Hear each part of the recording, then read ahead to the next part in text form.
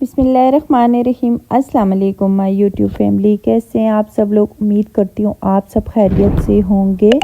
और आज जो मैं रेसिपी आप लोगों के लिए लेके आई हूँ वो है एक केक की रेसिपी। और आज हम बनाएंगे 3 मिल्क केक, जो कि कराची की एक फेमस रेसिपी या फेमस केक आप कुछ भी कह सकते हैं, जो बहुत वायरल है आजकल। मेरा रमज़ान से पहले जाना हुआ था कराची, वहाँ पे मैंने ये केक टेस्ट किया था, मुझे अच्छा लगा था। तो मैंने कहा ईद भी आ रही है तो क्यों ना आप लोगों के साथ इस केक की रेसिपी जो है वो शेयर की जाए, जो कि बहुत ही मज़े का बन के रेडी होगा।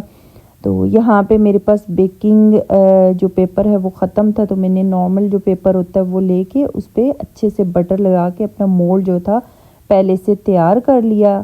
फिर यहाँ पे 1 कप मैदा है और इस 1 कप मैदे से हम बहुत ज़बरदस्त और बहुत बड़े साइज़ में केक बन के तैयार होगा हमारा। और कोई भी जज नहीं कर सकेगा कि सिर्फ 1 कप मैदे से ये केक बन के तैयार हुआ है।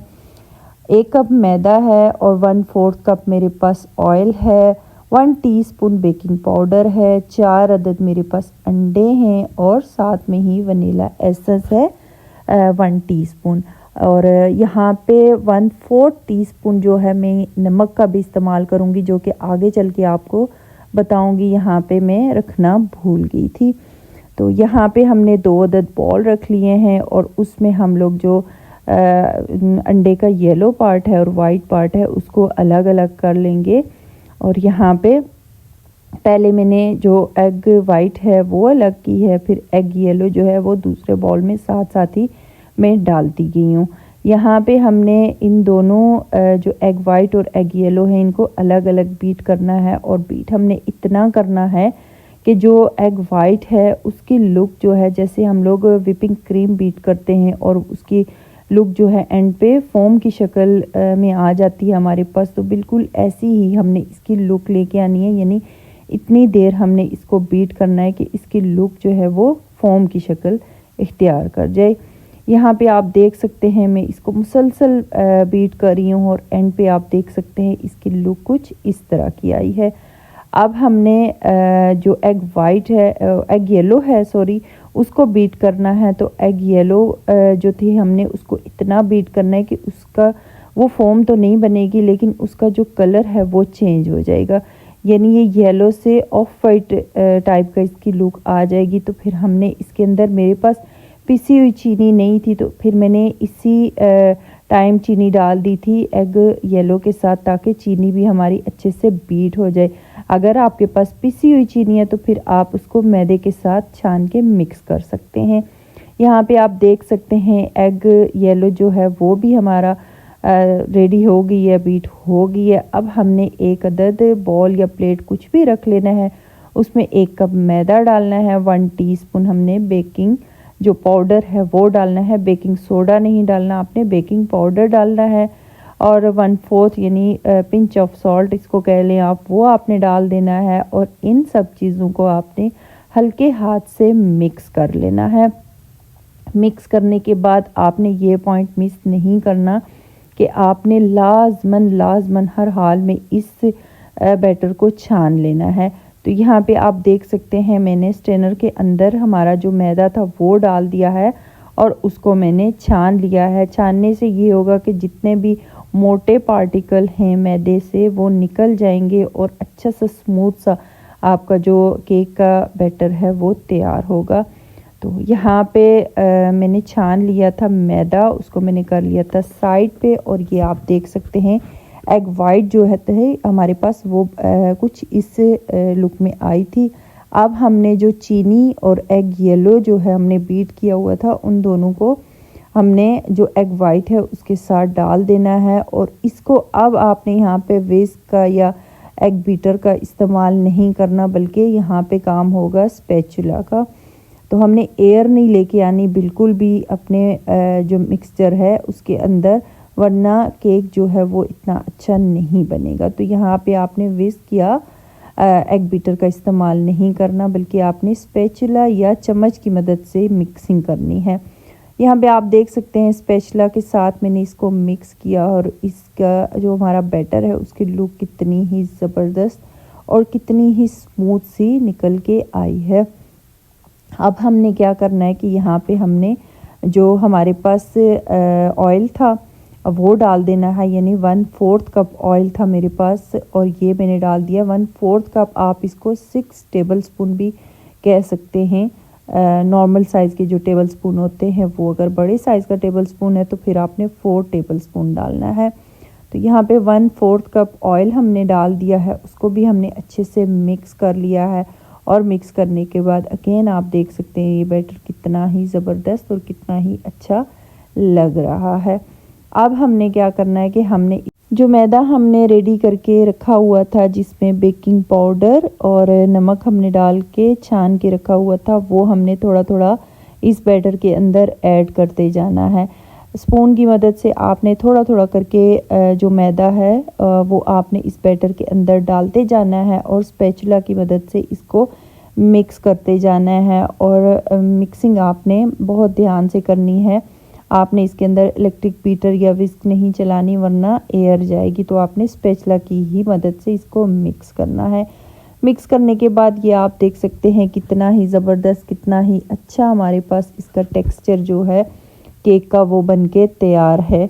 अब हमने क्या करना है कि हमने इसको बेक करना है और बेक करने से पहले हमने इसके अंदर 1 टीस्पून जो है वो वनीला एसेंस जो है वो मिक्स करना है। तो यहाँ पे 1 टीस्पून मैंने वनीला एसेंस इसके अंदर ऐड कर दिया है। इसको भी मैंने अच्छे से मिक्स कर लिया है और अब हम इसको कर लेंगे बेक। और बेक करने के लिए मैंने यहाँ पे आपको बताया था मोल्ड जो मैंने तैयार करके रखा हुआ था हार्ट शेप में, तो मैं उसके अंदर इसको बेक करूँगी। बाकी आप अपने मोल्ड के हिसाब से कोई भी जो मोल्ड आपके पास अवेलेबल है आप उसमें ये डाल के बेक कर सकते हैं। बेक यहाँ पे आप देख सकते हैं 200 मैंने इसका टेम्परेचर रखा है और तकरीबन 22 मिनट में ये हमारा केक जो था ये बनके तैयार हुआ था। तो ओवन को मैंने पहले से प्री हीट कर लिया था 10 मिनट के लिए और 10 मिनट प्री हीट करने के बाद फिर मैंने रख दिया था केक को बेक होने के लिए।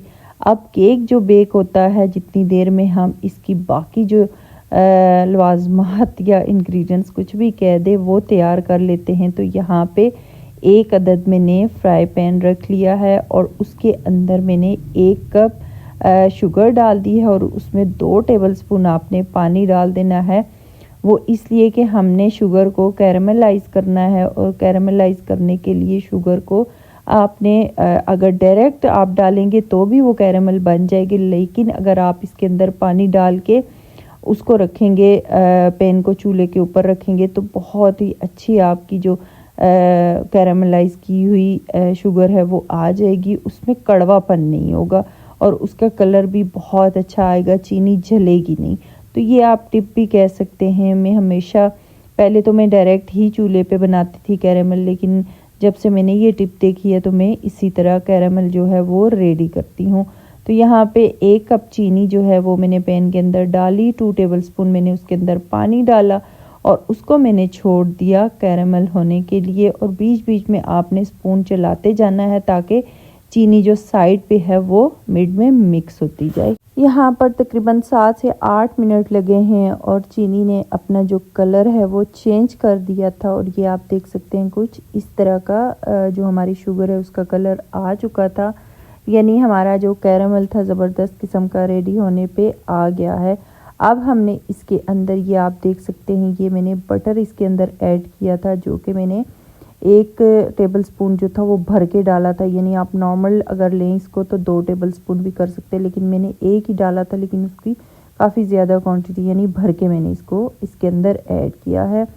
बटर डालने के बाद हमने इसको अच्छे से मिक्स कर लेना है और मिक्स करने के बाद फिर ये आप देख सकते हैं मेरे पास फ्रेश क्रीम थी। आप इसके अंदर टेट्रा पैक जो मिल्क क्रीम होती है वो भी ऐड कर सकते हैं, फ्रेश क्रीम भी कर सकते हैं, कोई भी क्रीम आप इसके अंदर ऐड कर सकते हैं, जो कि मैंने ली है 2 टेबलस्पून अगेन।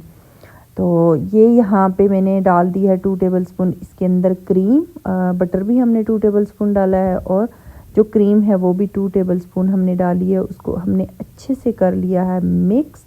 और मिक्स करने के बाद ये आप देख सकते हैं ज़बरदस्त किस्म का माशाल्लाह माशाल्लाह हमारे पास जो कैरेमल है वो बनके तैयार है। इसका टेस्ट इतना कोई मज़े का था, इतना कोई मज़े का था कि आम नॉर्मल भी अगर आप कोई डेजर्ट वगैरह बनाएं तो उस पर अगर ये कैरेमल डालें तो बहुत अच्छी और ज़बरदस्त किस्म की रेसिपी आपकी बनके तैयार होगी। तो यहाँ पे हमारा ये कैरेमल रेडी था। अब हम देख लेते अपने केक को और माशाल्लाह माशाल्लाह हमारा जो केक था वो भी बनके तैयार था। आप देख सकते हैं मैंने इसको वुडिंग स्टिक से चेक किया है, ये बिल्कुल अंदर से पक चुका था और इसको मैंने अब निकाल दिया था ओवन से। और आप देख सकते हैं कि सिर्फ 1 कप मैदे के साथ कितना ही ज़बरदस्त और कितना ही बड़ा ये केक बनके तैयार हुआ है। अब हमने इसको गरम गरम ही डी मोल्ड करना है, क्योंकि ठंडा जब केक हो जाता है तो वो मोल्ड के साथ चिपक जाता है। आपने किसी भी मोल्ड में केक को बेक करना है, आपने जब उसको डी मोल्ड करना है तो आपने उसको गरम गरम ही डी मोल्ड करना है। और डी मोल्ड करने का तरीका ये है कि एक नाइफ़ आपने ले लेनी है और उसके किनारे जो हैं वो आपने जो केक के किनारे हैं मोल्ड से आपने हल्के हल्के छुरी के साथ अलग कर लेने हैं। और फिर कोई भी प्लेट, कोई भी चीज़, जो भी आपके पास चीज़ है, आपने उस पर जो आपका मोल्ड है उसको उल्टा किया और केक जो है वो बड़ी आसानी के साथ बाहर आ जाएगा। लेकिन अगर आपके पास साइड से खुलने वाला मोल्ड है तो फिर वो तो बहुत ही इजीली जो है बाहर आ जाएगा केक। ये आपके सामने मैंने केक को डी मोल्ड किया है। पेन भी आप देख सकते हैं इसके अंदर भी चिपका नहीं है बटर पेपर, और नीचे से कितना अच्छा, कितना ज़बरदस्त बटर पेपर जो है वो हमारा इसके साथ चिपका हुआ है। यानी अगर बटर पेपर आपके पास नहीं है तो आम नॉर्मल जो घर में बच्चों के रजिस्टर या कॉपी का पेपर होता है उससे भी आप बटर पेपर बना सकते हैं। तो ये आपके सामने मैंने नॉर्मल जो पेपर था वो लगाया है मोल्ड के अंदर, उस पर अच्छे से मैंने इसके ऊपर बटर लगाया और ज़बरदस्त किस्म का हमारा बटर पेपर भी तैयार था। डी मोल्ड करने के बाद केक को मैंने अगेन उसी मोल्ड के अंदर डाल दिया है और इसको मैंने रख दिया था फ्रिज में आधे घंटे के लिए ताकि ये ठंडा हो जाए। अब हमने क्रीम को विप करना है और यहाँ पे मेगा विप क्रीम जो मैंने ली है वो है, आपने कोई भी विपिंग क्रीम ले लेनी है और उसके भर के जो बड़े साइज़ के जो डोंगे के स्पून होते हैं हम बॉल वगैरह के अंदर यूज़ करते हैं, वो आपने अगर कप के हिसाब से आपने लेनी है तो 1 कप भर के आपने विपिंग क्रीम जो है वो अपने बॉल के अंदर डाल देनी है। और क्रीम को आपने अच्छे से चिल ठंडा करना है तो जाके आपकी क्रीम जो है अच्छे से विप होगी। यहाँ पे क्रीम जो थी मेरी, मैंने फ्रीज़र के अंदर इसको रखा हुआ था और जब मैंने निकाला है इसको पहले से बाहर निकाल के मैंने रख दिया था तो ये हल्की हल्की पिघल चुकी थी। अब मैंने इसको जो हमारा बॉल है उसके अंदर इसको विप करना है और इतना विप करना है इसको कि ये अपने साइज़ से डबल हो जाए। तो यानी 1 कप अगर आपके पास विपिंग क्रीम है तो आप जब उसको विप करेंगे तो वो आपकी साइज़ में डबल होके 2 कप बन जाएगी। यहाँ पे आप देख सकते हैं क्रीम जो थी वो हमारी अच्छे से विप हो चुकी है। और विप करने की निशानी ये है कि आपने जिस चीज़ के साथ भी आप विप कर रहे हैं उसको ऊपर उठाना है स्पून की मदद से या कोई भी आपकी विस्क है उससे, तो क्रीम नीचे नहीं गिरेगी। इसका मतलब है कि क्रीम अच्छे से विप हो चुकी है। और इतनी ही देर में हमारा जो केक था वो भी माशाल्लाह माशाल्लाह ठंडा हो चुका था। अब हमने इसकी जो फाइनल लुक है वो तैयार कर लेनी है। तो यहाँ पे आपने 1 अदद फोक ले लेना है और फोक की मदद से आपने पूरे केक के अंदर कुछ ऐसे से पंच कर लेना है। ये हम लोग इसलिए करें कि हमने इसके अंदर जो था वो मिल्क ऐड करना था, तो उसके लिए हमने जो फोक की पंचिंग है वो बहुत ज़रूरी है। इससे ये होगा कि जो दूध है वो केक के अंदर तक जाएगा। पंचिंग करने के बाद यहाँ पे आप देख सकते हैं मेरे पास 1 कप दूध था और उसके अंदर मैंने 2 टेबलस्पून जो था ये कंडेंस मिल्क मेरे पास रेडीमेड था, ये मैंने ऐड कर लिया, उसको मिक्स कर लिया है। और मिक्स करने के बाद अब हमने ये जो दूध है ये हमारा जो केक है उसके ऊपर डाल देना है। आप एक साथ भी डाल सकते हैं, लेकिन मैंने यहाँ पे एक स्पून की मदद से थोड़ा थोड़ा करके दूध डाला है, ताकि जितना भी दूध है वो हमारे केक के अंदर अच्छे से चला जाए और हमारे पास यम्मी और मज़ेदार किस्म का केक जो है वो बन के तैयार हो जाए। यहाँ पे दूध डालने के बाद हमने केक को फिर से मैंने इसको 15 मिनट के लिए फ्रिज में रख लिया था, ताकि अगेन हमारा केक जो था वो सेट हो जाए, दूध जितना भी था वो केक के अंदर सोक हो जाए और केक जो है वो ठंडा होके तैयार हो जाए। तो यहाँ पे केक हमारा बिल्कुल रेडी था। अब हमने इसके ऊपर जो कैरेमल हमने तैयार किया था वो डाल देना है कुछ इस तरीके से। कैरेमल डालने के बाद अब बारी आती है क्रीम की। तो आपने ख्याल यहाँ पे ये करना है कि कैरेमल जो है वो ठंडा होना चाहिए, वरना क्रीम जो है जब आप इसके ऊपर डालेंगे तो क्रीम जो है वो मल्ट होना शुरू हो जाएगी। तो यहाँ पे सारा कैरेमल मैंने ठंडा कर लिया था, वो मैंने केक के ऊपर डाल दिया, उसको मैंने अच्छे से सेट कर लिया। अब यहाँ पे मैंने जो क्रीम विप करके रखी हुई थी वो मैंने डाल दी थी एक पाइपिंग बैग में, और फिर उसको मैंने जो हमारा जो हमने कैरेमल और केक जो सेट करके मोल्ड के अंदर रखा हुआ था उस पर डाल देनी है कुछ इस तरीके से। हमने ऐसे इसको केक के ऊपर डालना है कि पूरा केक जो है वो क्रीम के साथ कवर हो जाए। और फिर हमने इसके ऊपर जो हमारे पास कैरेमल थोड़ा सा मैंने बचा लिया था उससे, क्योंकि मैंने केक के ऊपर जो डिज़ाइनिंग थी वो करनी थी। जैसे हमारे 3 मिल्क केक हम मार्केट से लेते हैं, उसके ऊपर एक ज़बरदस्त किस्म की डिज़ाइनिंग की हुई होती है, तो वो हमने करनी थी। और उसको करने के लिए हमने ये आप देख सकते हैं कैरेमल जो मेरे पास था उसको मैंने कुछ इस तरीके से क्रीम के ऊपर डाल दिया है। और कोई भी आप इसको लुक दे सकते हैं, लेकिन जो 3 मिल्क केक की लुक होती है वो बिल्कुल ऐसी होती है जैसी मैं आपको सिखा रही हूँ। तो ये हमने कैरेमल डालने के बाद एक अदद स्टिक ले लेनी है, वुडिंग स्टिक आप ले लें, फोक ले लें, कोई भी चीज़ जो आपके पास अवेलेबल है वो ले लेनी है। और उसको फिर आपने कुछ इस तरीके से पूरे केक के ऊपर चला लेना है, ताकि एक खूबसूरत सी लुक जो है वो केक की बन के आए। तो यहाँ पे आप देख सकते हैं वुडिंग स्टिक के साथ मैंने इसके ऊपर ज़बरदस्त किस्म का डिज़ाइन बना लिया था। और अब ये डिज़ाइन बनाने के बाद फिर अगेन मैंने जो हमारा केक है उसको 15 से 20 मिनट के लिए फ्रिज में रख दिया था, ताकि ये अच्छा सा ज़बरदस्त किस्म का ठंडा हो जाए और फिर हम इसको करेंगे सर्व। यहाँ पे केक हमारा बिल्कुल ठंडा हो चुका है और इसकी फ़ाइनल लुक कुछ इस तरह की आई है। कितनी ही ज़बरदस्त और कितनी ही अच्छी लुक इसकी आई है। अब हम इसको कर लेंगे कट, और कट करने के बाद फिर एक पीस में आपको निकाल के दिखाती हूँ कि हमारे केक की लुक जो फाइनल है अंदर से कैसी है। ये आप देख सकते हैं बिल्कुल मिल्क की तरह ये नरम और मुलायम केक बन के तैयार था। बेस आप देखें केक की, फिर उसके ऊपर कैरेमल, फिर क्रीम, फिर कैरेमल, और माशाल्लाह माशाल्लाह बहुत ही टेस्टफुल और बहुत ही मज़े का ये हमारा केक जो था ये बन के तैयार था।